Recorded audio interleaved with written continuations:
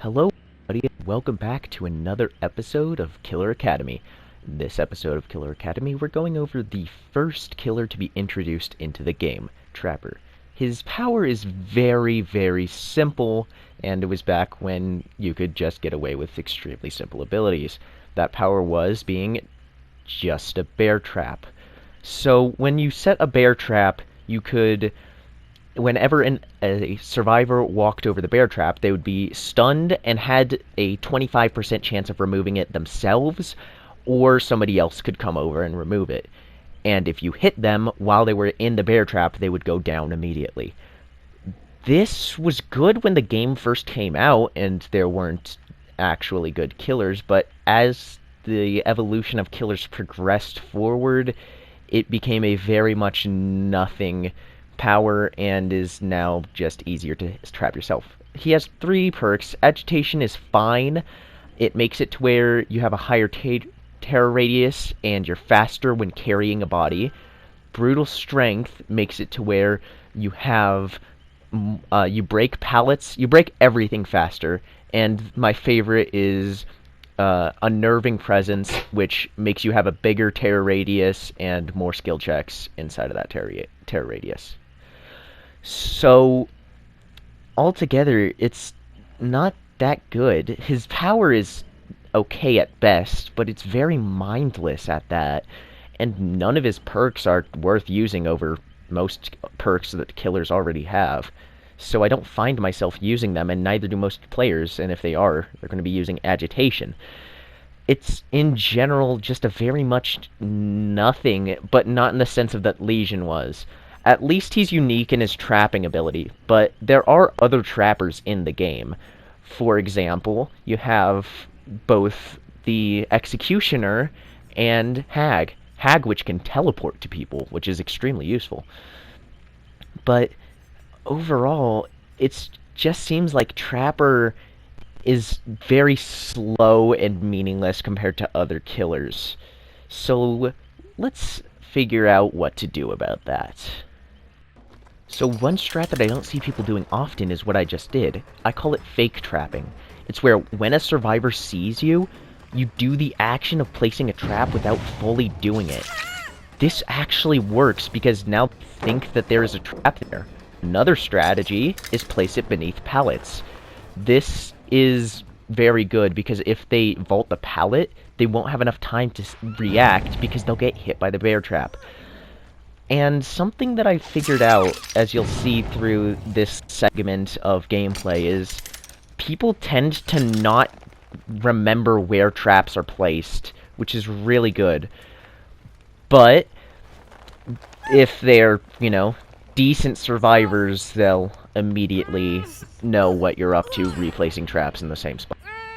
Something that I recommend when you're playing Trapper that's usually not advised is actually keeping pallets up. This is because most survivors won't actually check the pallet beforehand to see if there is a trap on it.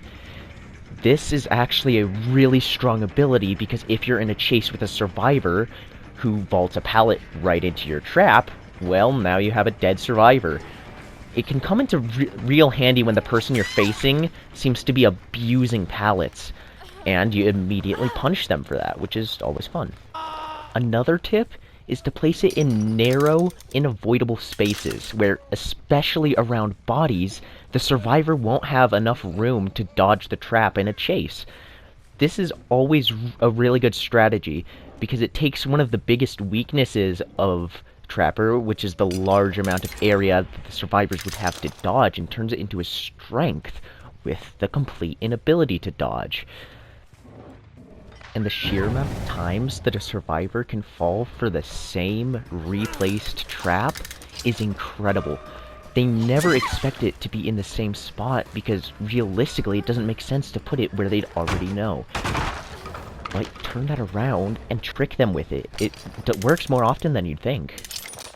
Another small thing that I recommend is that you actually attack from behind a survivor when they're disarming traps, because a 1-2 combo with a trap melee hit can do quite a bit of damage. You can see how easily people will drop to that. because either they turn around to face the killer or they try to run across the trap they were trying to disarm. It doesn't really end well for them in any situation. So try to keep that in mind, but more realistically, you're not going to be able to get behind a survivor when they're disarming a trap, because they'll just run away. And this is a hint that I don't see people utilizing much, and that's keeping in mind where you put your traps. This not only helps with finding survivors that recently stepped in traps, but keeping you yourself from stepping in a trap. It's also worth keeping in mind that a lot of survivors will try to run in straight lines away from you, which can be very easy to hit them or even lure them into one of your pre-placed traps. So while I did say that this is a very mindless killer, that doesn't mean there aren't occasional options for doing things that take a moderate amount of brain cells.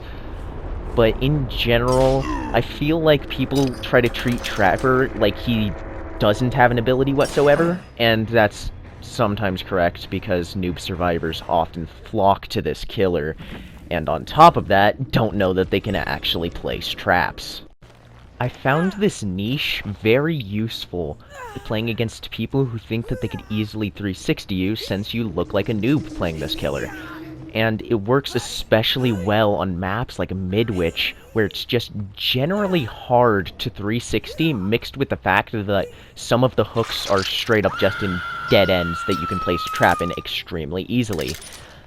You need to remember to utilize this to as much of an advantage as possible, and mix it with extremely careful placed traps, so that you can basically bully a survivor for free. So now that we've got the ability and strategy out of the way, let's talk about what perks to use. I found really good use out of perks like Pop Goes the Weasel, or even Hex Ruin, for the same reason.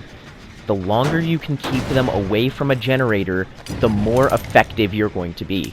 This is especially true saying that placing a trap, even slightly, it can actually completely stop them from doing a generator for a few seconds, because now they need to get the trap out of the way, which is perfect for you, using either one of these builds which help with regressing.